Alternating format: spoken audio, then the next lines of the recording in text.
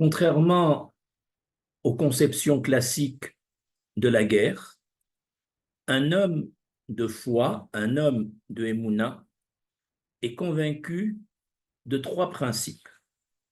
Le premier principe, une guerre ne se produit sur Terre entre deux pays que si elle est précédée par une confrontation idéologique dans le ciel entre les deux princes célestes, qu'on appelle le Sar, de chacune des nations.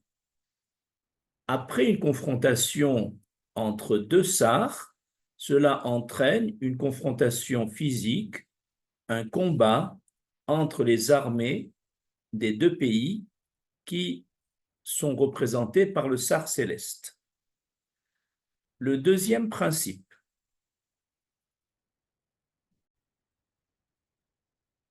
le fait que l'Éternel ait désigné Ish Milchama dans le Sefer Shemot, c'est-à-dire que l'Éternel, c'est l'homme, avec un grand H, l'homme de la guerre.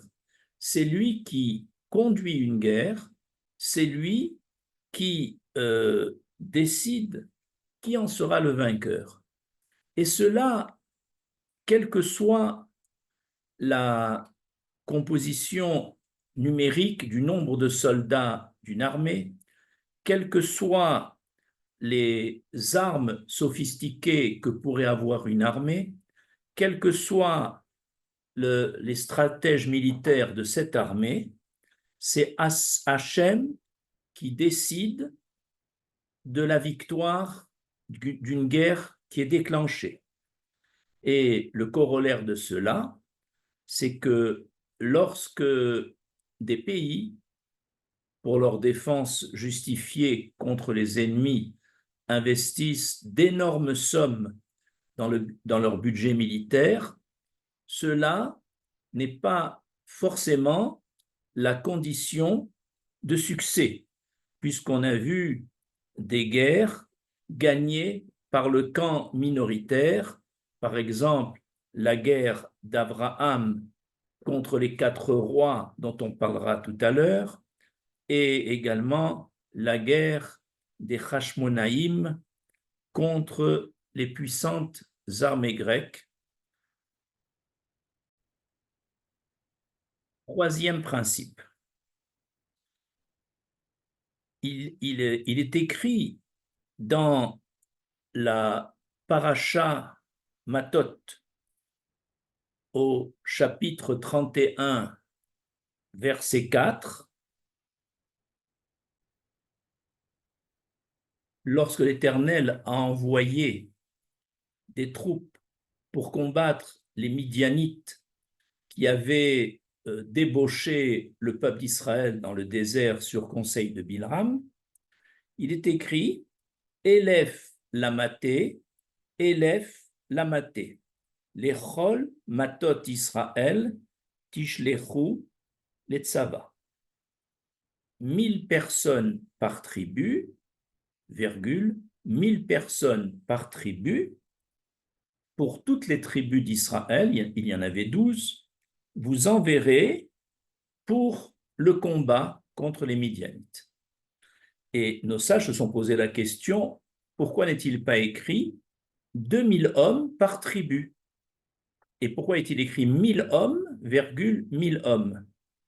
Et ils répondent, sur les 2000 fois 12, c'est-à-dire sur les 24 000 hommes partis au combat, en fait, en disant 1000 hommes par tribu, 1000 hommes par tribu, ça veut dire que la moitié était destinée au combat physique et l'autre moitié de ces hommes était destinée à la prière et à l'étude de la Torah pour soutenir leurs frères combattants.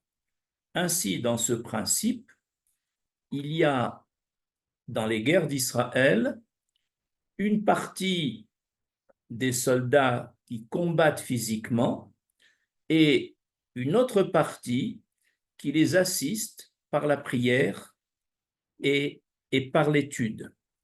Et ça, c'est le troisième principe, donc, que nous voulions dire au début de ce cours. Nous allons maintenant donner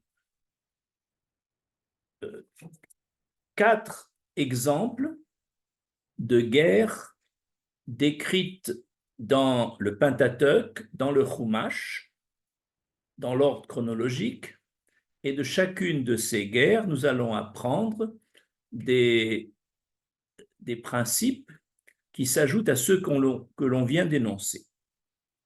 Premièrement, la guerre qu'Abraham a menée contre les 4 rois pour sauver son neveu Lot. Abraham avait quitté sa terre natale avec son épouse Sarai et avec son neveu Lot. Et ce neveu Lot, qui accompagnait Abraham, a bien sûr beaucoup appris d'Abraham sur le plan spirituel, mais à un moment, Lot a eu besoin de plus de matérialité, il étouffait auprès de son oncle et il a pris la décision, Lot, de se séparer d'Abraham et d'aller vivre dans la région luxueuse de Sodome et Gomorrhe. Et voilà que une guerre éclata dans cette région entre 5 rois de la région, dont le roi de Sodome, et 4 autres rois. Les 4 rois firent prisonnier Lot, qui vivait là-bas, et lorsque Abraham a su que son neveu Lot a été pris en otage par les 4 rois, ni une ni deux, il prend la décision d'aller faire la guerre contre les 4 rois pour sauver son neveu.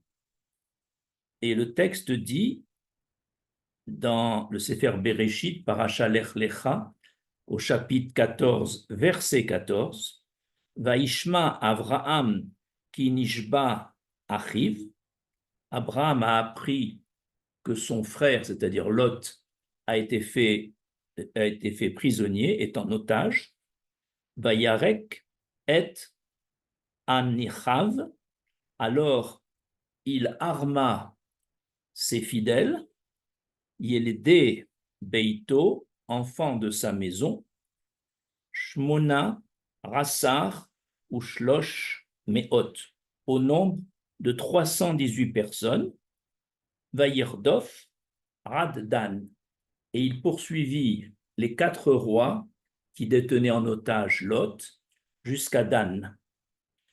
Et le texte continue, Vayichalek alehem, Laïla, et cette nuit-là, il se partagea, lui et ses serviteurs, contre les 4 rois, et il les battit. Abraham a compris l'importance de libérer des otages. Bien que son neveu l'ait quitté pour des raisons matérialistes, et que donc peut-être que Lot ne méritait pas, Abraham l'appelle dans le verset, il est allé sauver son frère. Donc au moment de libérer un otage, on ne regarde pas son niveau spirituel, il faut le faire. Mais il l'a fait avec une certaine imprudence, parce que Abraham arme les 318 étudiants de sa maison d'études et il les prend tous, parce que le mot Vayerak, ça veut dire il arma ses fidèles. On peut le lire aussi, dans le mot Vayerak, il vida, la Shonrek, il vida la maison d'études de tous ceux qui l'avaient éduqué. Donc, Abraham Avinu a fait ce qu'on appelle une ishtadlut, c'est-à-dire un effort minimal pour réaliser cette libération d'otages, avec 318 personnes seulement, ce qui est très peu par rapport à la puissance des armées des 4 rois. De plus, ces étudiants n'ont aucune notion militaire, donc ils sont allés comme ça, en amateur, Et Abraham Avinu a bien compris que sa victoire sur les 4 rois qui a pu libérer Lot, eh bien, relève d'un miracle total. D'ailleurs, quand il est écrit Laïlahaou, cette nuit-là, il s'agit, d'après nos sages, c'était la nuit, la première partie de la nuit de Pessah, la nuit du 14 au 15 Nissan, dont la première partie était réservée au miracle d'Abraham et dont la deuxième partie sera réservée au miracle de la sortie d'Égypte. Ainsi, nous voyons que Abraham est allé faire le maximum pour pouvoir sauver son neveu et Hachem l'a aidé. Bien. Maintenant, dans le Talmud Nedarim, on pose la question, pourquoi, après ces événements, Abraham a-t-il reçu l'information que ses descendants seront exilés dans un pays étranger pendant 400 années? Eh bien, le Talmud Nedarim répond, c'est parce qu'Abraham Avinu a vidé la maison d'études. Il aurait dû, d'après le principe qu'on a dit au début de ce cours, 1000 hommes pour le combat, 1000 hommes pour l'étude et la prière, il aurait dû partager sa maison d'études en 2 groupes, environ 160 pour le combat et environ 160 pour l'étude, et ne pas vider la maison d'études. C'est parce qu'il l'a vidée qu'il a été sanctionné dans le futur, que, sanctionné de quoi? D'un exil où ses enfants, tellement pris par les travaux d'argile et la servitude, n'auront pas une minute pour l'étude et la prière, parce qu'il a empêché ce groupe, en tout cas une partie de ce groupe, de continuer l'étude. Voilà ce que l'on peut apprendre de la guerre d'Abraham Avinu contre les 4 rois. Ainsi, ce qui semblait être pour nous un minimum de prendre ces 318 hommes devient excessif pour l'Éternel. Pourquoi? Parce que de toute façon, la guerre ne pouvait être gagnée que miraculeusement, non pas par les voies naturelles militaires. Et donc, qu'Abraham parte avec 160 hommes ou avec 318 hommes, ça ne changerait rien, puisque Ish Milchama, l'Éternel, c'est lui qui conduit les guerres, c'est lui qui décide de la victoire.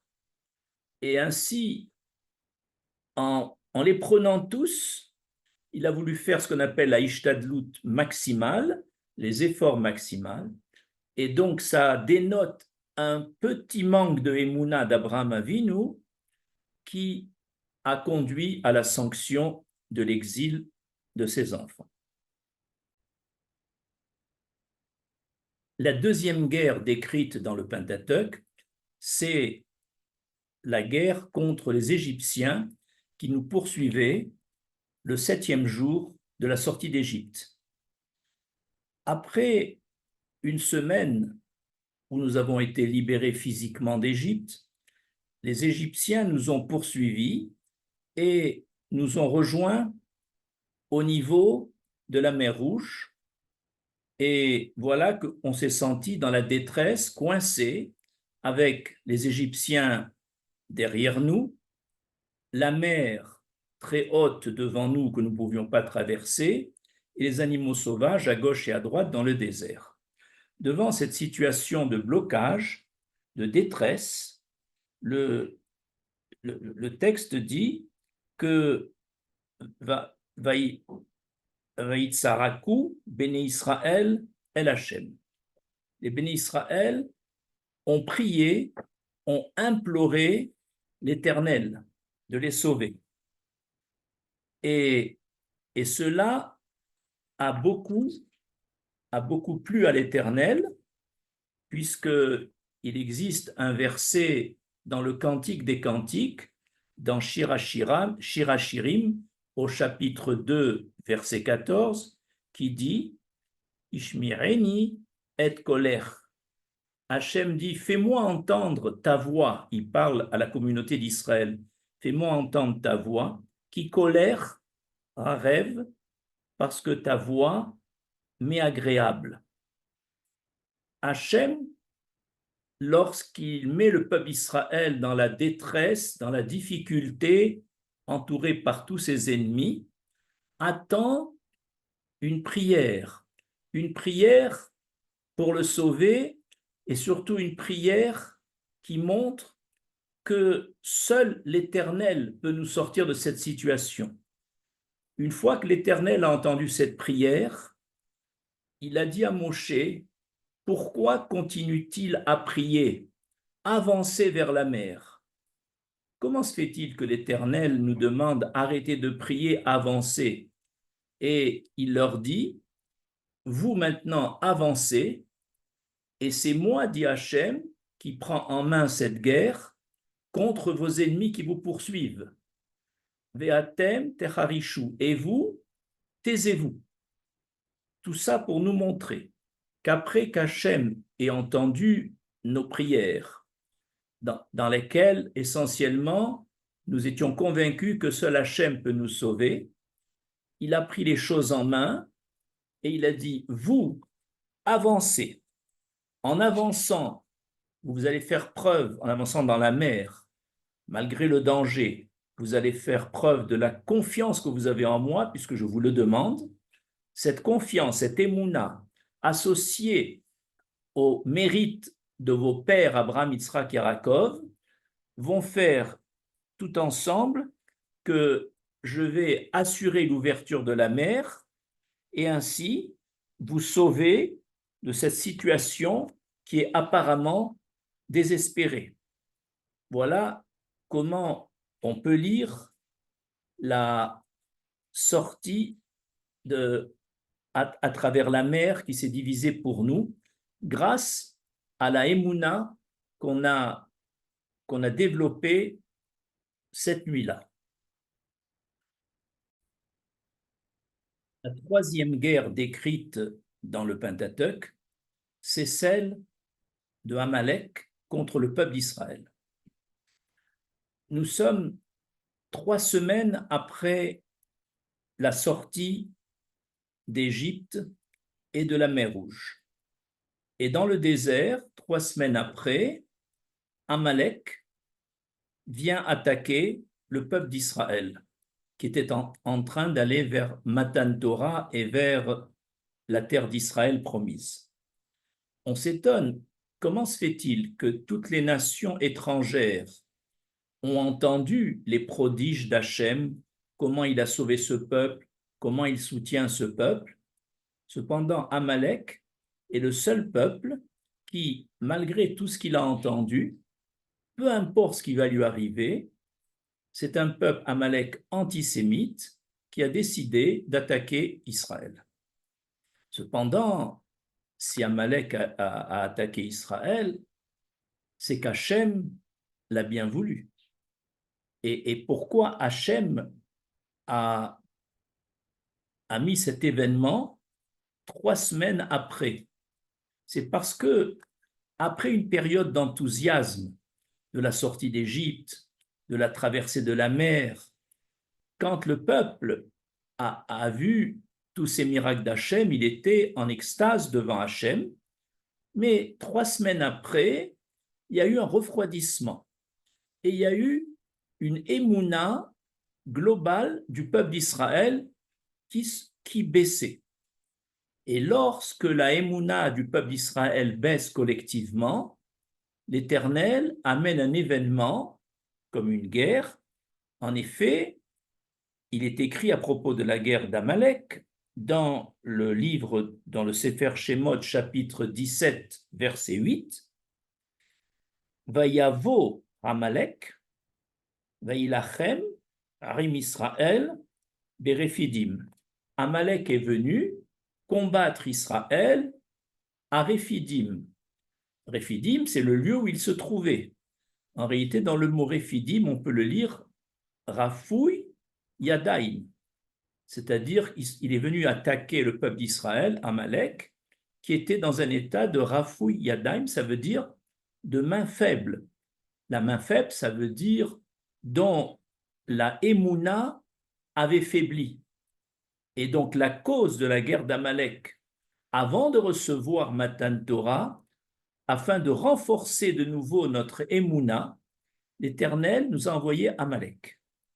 Et il est écrit que pendant la guerre d'Amalek, pendant que Moshe Rabbeinu montait sur la colline, aidé par Hur et Aaron, pendant que Moshe levait les bras vers le ciel, eh bien, nous gagnions la bataille contre Amalek. Et lorsque Moshe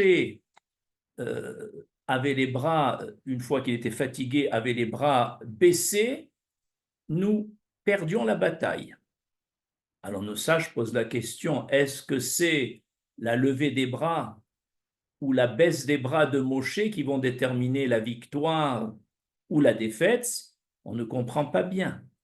En fait, on voulait nous dire par là que lorsque nous voyons, on était, notre guide était Moshe Rabbeinu. Lorsque nous regardions vers le ciel et nous voyons ses mains levées, alors nous étions portés à asservir notre cœur au ciel. Et de ce fait, en portant notre cœur et nos regards vers le ciel, nous retrouvions de la Emouna et Moshe n'était qu'un symbole par ses bras et la victoire fonctionnait. Et quand à un autre moment de découragement, parce que cette Emouna ne tient pas, il y a des moments de découragement où la Emouna baissait, alors donc à ce moment-là, nous ne levions plus les mains vers le ciel, mais vers les mains de Moshe qui étaient en bas. Et à ce moment-là, ne levant plus les mains vers le ciel, notre manque de Emouna transformait la victoire en défaite. Ainsi, nous voyons dans cette guerre contre Amalek que au moment où la guerre d'Amalek fut terminée victorieusement globalement par Israël, c'est parce que nous avions retrouvé notre émouna naturelle qui nous manquait avant dans la ville de Rephidim, puisqu'on est arrivé jusqu'à dire Ayesh Hachem Bikirbeinu. Est-ce que vraiment Hachem est parmi nous? Ça, c'est la phrase qui traduisait le manque de émouna avant la guerre. Maintenant que la guerre est terminée et que nous avons retrouvé cette émouna, il n'y a plus de raison de poursuivre cette guerre, et donc, et avec ses dégâts, bien sûr, et c'est comme ça donc qu'on décrit la guerre d'Amalek dans le Sefer Shemot. La quatrième guerre décrite dans le Pentateuque, c'est celle de la guerre contre Midian. L'Éternel a demandé à Moshe donc de réunir 24 000 hommes, 2000 par tribu, comme on l'a dit précédemment, pour faire la guerre, pour attaquer les Midianites qui nous ont fait du mal sur le plan spirituel en voulant nous débaucher. Et la question qui se pose, c'est pourquoi fallait-il la moitié de conscrits pour faire pour la bataille physique et la moitié de conscrits pour la prière et l'étude? Bon, on peut répondre, c'est que on a besoin de prière et d'études pour donner du mérite au peuple d'Israël et aider les combattants à réussir leur guerre. Mais on peut donner également une autre raison.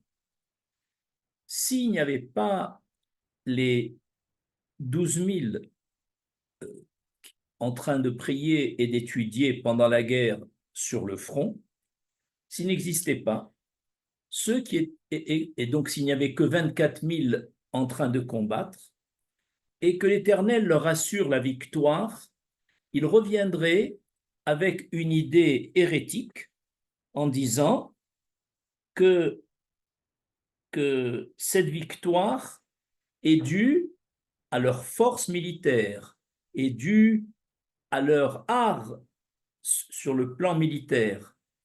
Et ça aurait été une forme d'hérésie que de transformer la victoire miraculeuse assurée par l'Éternel et l'attribuer à notre force, à notre puissance militaire, et grâce à la moitié des combattants spirituels dont j'ai parlé, ils ne pourront pas dire cela. Et pourtant, cela est dit à la génération de Dor-Déra, cette génération d'un très haut niveau, une génération qui a assisté à tous les miracles d'Égypte, qui est sortie d'Égypte, qui a vu la manne tomber, qui a vu tous les miracles d'Hachem, les Hanané Akavod, etc. De cette génération, déjà, on doute qu'en cas de victoire militaire, elle se transforme avec la phrase hérétique Kochi verotsem yadi rasuchail.